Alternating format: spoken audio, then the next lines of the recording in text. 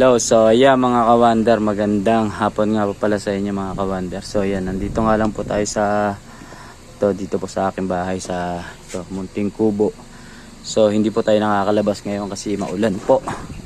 Yan, so meron lang po nagpa-concern po sa atin dito ng ito pong mixing bakery.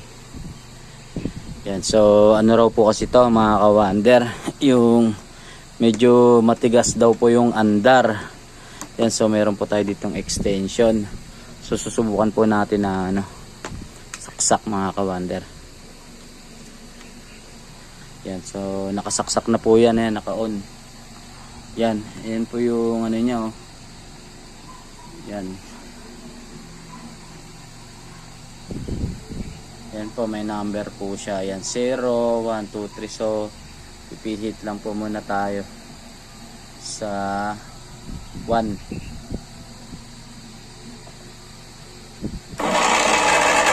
Yan.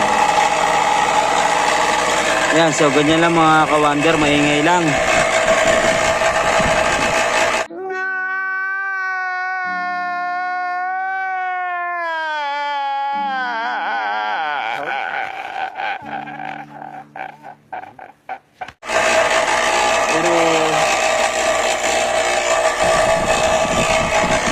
Hindi po umiikot yung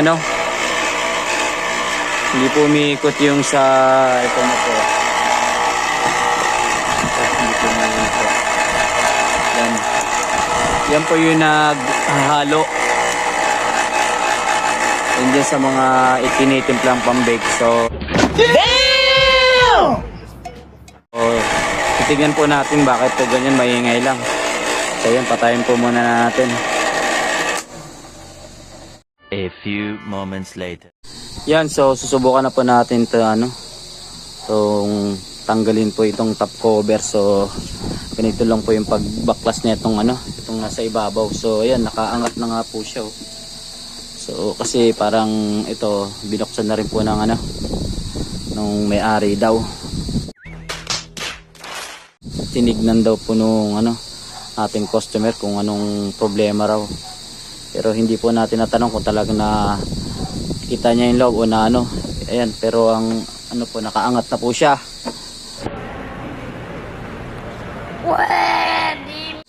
Kasi pag tinanggal nyo po yan, mayroon pa pong screw yan doon sa ilalim. Kaya kailangan po yan siya itatagilid, itutumba. So ganyan lang po yung pag niyan para makuha nyo po yung mga screw dito sa ilalim. Ipipindutin nyo lang po ito para umangat. Yan so yan, pag angat po yan, andyan na po sa ilalim yung mga screw nyan. Yan yan, may screw po na 4. Kaya kahit anong sikwat po yan, hindi po talaga matatanggal yung cover dun sa ibabaw. So kailangan po gagamitan po talaga nito mga tools, screw. So ito. Nice. So, pwede rin po to yan. Yan, so ganyan lang po, tatanggalin lang po yung 4 na yan. Tapos saka po siya itataob uli para makita po natin yung loob. So yan, tanggalin ko lang po muna mga kawander. 1 hour later. Yan, so ayan, ito natanggal na nga po natin itong 4 na screw. Ayan o, 1, 2, 3, 4. So 4 lang po yung itong screw. Tapos ibabaliktad lang po natin para makita po natin yung sa ibabaw niya. Yan. Yan. Wow naman! Wow! Wow! So pwede na po natin ibalik yung para pumantay po siya. Yan, pagka ibabalik nyo po siya para bumaba po, pindutin nyo lang po ulit yan. Yan, pag pindot po, yan, bababa na yan. Diba? Yan, so nakababa na po siya ulit. Yan, so saka po natin siya, ayan. Yan, so, madali na lang po siyang tanggalin kasi wala na nga pong screw. Yan, yan po yung 4 na ng screw. Yan, so yan na po yung loob. Yan, kaya po pala siya hindi umiikot. hindi po siya sumasabay yung pulley niya. Kasi nakatanggal po yung ano, yung belt niya. Ito po yung belt niya, oh. Kaya puro ingay lang po at hindi po maandar yung itong pulley kasi tanggal nga po itong belt. Yan, so ayan, oh, kita nyo po yung belt niya. Halos wala na rin po. Ayan, lasog-lasog na rin po yung ano. Yan, oh, medyo ano na nga rin po, pudpud na rin po yung mga ano niya. Yung mga ngipin. Ayan, oh, wala na po siyang ano. So hindi na rin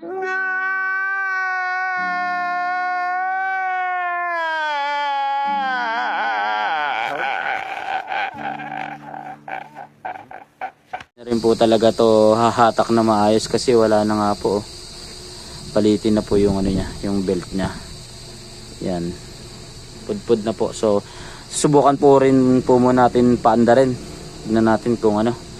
Yan, ganyan lang naman po magkabit yan, parang sa washing lang din po yan. Yan, paandarin po natin. Yan, nakabit na po. Yan, pero yan nga po, medyo ano na nga po siya, pudpud na. Kaya ang ano po nito, tendency, dudulas na lang po siya. Hindi na po siya ganun ka lakas humatak sa dati. Okay. So yan, so subukan po muna natin na ano, panda rin, saksak. Ito po yung ano, saksakan, binaba ko. Yan, so saksak lang po natin.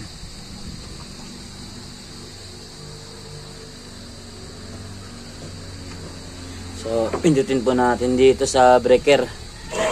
Yan.